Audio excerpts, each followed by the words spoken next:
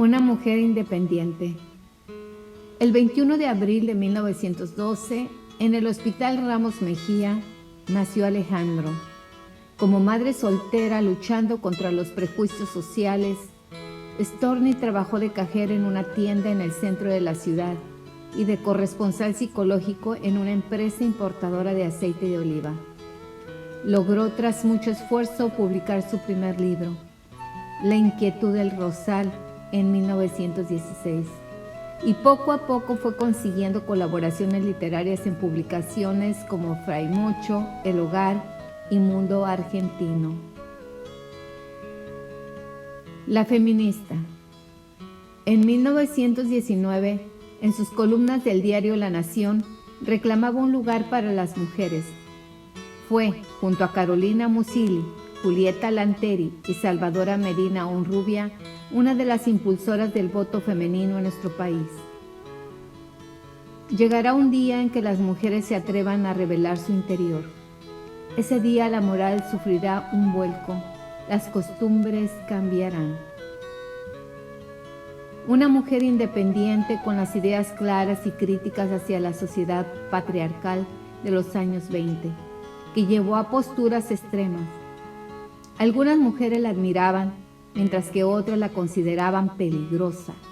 Storni era la única mujer invitada a tertulias literarias, quizá por su afinidad con el Partido Socialista, entre las cuales se encontraban José Ingenieros, Amado Nervo, Manuel Gálvez y Horacio Quiroga, con quien tuvo una intensa relación de amistad.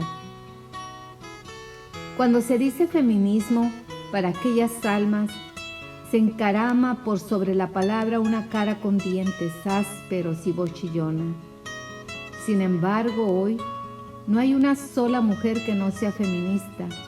Podrá no querer participar en la lucha política, sin embargo, desde el momento que piensa y discute en voz alta las ventajas y los errores del feminismo, es ya una feminista, pues el feminismo es el ejercicio del pensamiento de la mujer. Storni publicó El dulce daño en 1918 y la presentación fue realizada por su amigo José Ingenieros. En 1919 publicó Irremediablemente y en 1920 Languidez, por el cual recibió el primer Premio Municipal de Poesía y el segundo Premio Nacional de Literatura. Con Ocre en 1925 y Poemas de Amor 1927, Storni dio un giro a su obra.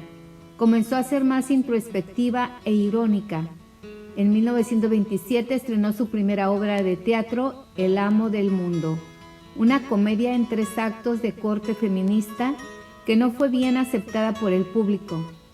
En 1932 publicó 2 falsas pirotecnias y escribió piezas de teatro infantil.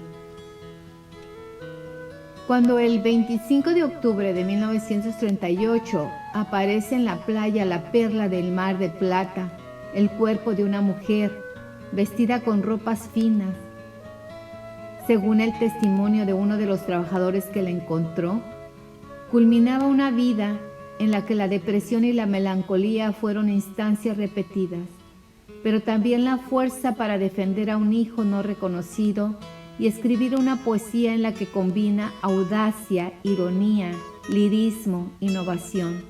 Por el reconocimiento de su cuerpo en la naturaleza nos muestra cómo el amor y la pasión no son patrimonio del varón. Junto con otras mujeres conforma una generación de escritoras que bien podría llamarse la de las modernas. Rompen los prejuicios y por medio de la escritura se hacen un lugar de privilegio en las revistas literarias, en las editoriales y en las mesas de los banquetes, tan de moda por aquellos años. Junto a Victoria Ocampo, Delfina Bunge, Salvadora Medina Honrubia, Nora Lange, consiguen lo que no pudieron ni siquiera imaginar sus antecesoras y dejan abierto un camino para las que vendrán. Alfonsina pudo elegir su camino, aún en las circunstancias de una vida extremadamente modesta. Signada por el trabajo de obrera en una fábrica de gorras o el de lavaplatos y camarera en el café de sus padres. El teatro le permitió evadirse de la rutina que le estaba destinada. Y luego la maternidad, sin duda una elección.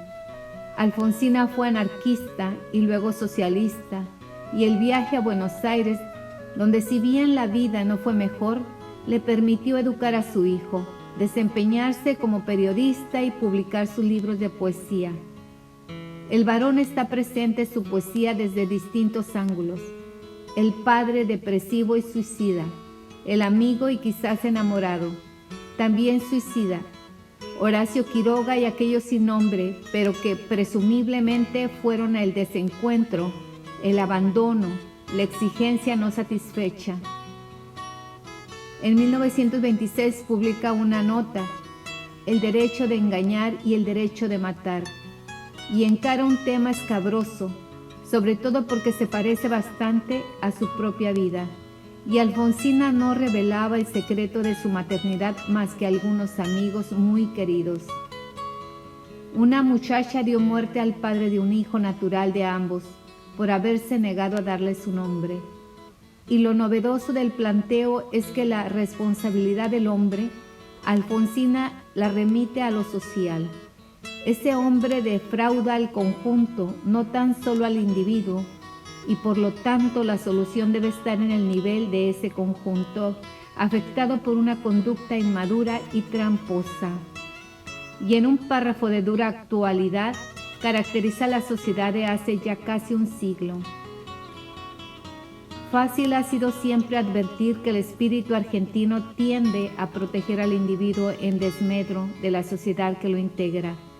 Todo en nuestro país delata al individualismo imprevisor y sensual, atropellado la ley para beneficiar a un hombre, a una institución, a un interés creado cualquiera. En su poesía habla por la mujer que no ha comprendido, habla por un yo lírico que coincide bastante con su personalidad, dialoga con otras mujeres con las que comparte sufrimiento y por último, como en el poema Voy a dormir, se queda sola consigo misma y ese es el momento peor porque es el de la muerte.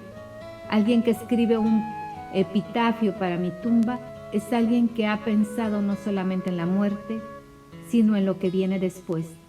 Y ese es otro tipo de angustia, la de desaparecer por no ser nada, que nadie la recuerde. Alfonsina tuvo suerte, hoy la seguimos recordando cada vez con un interés más lúcido.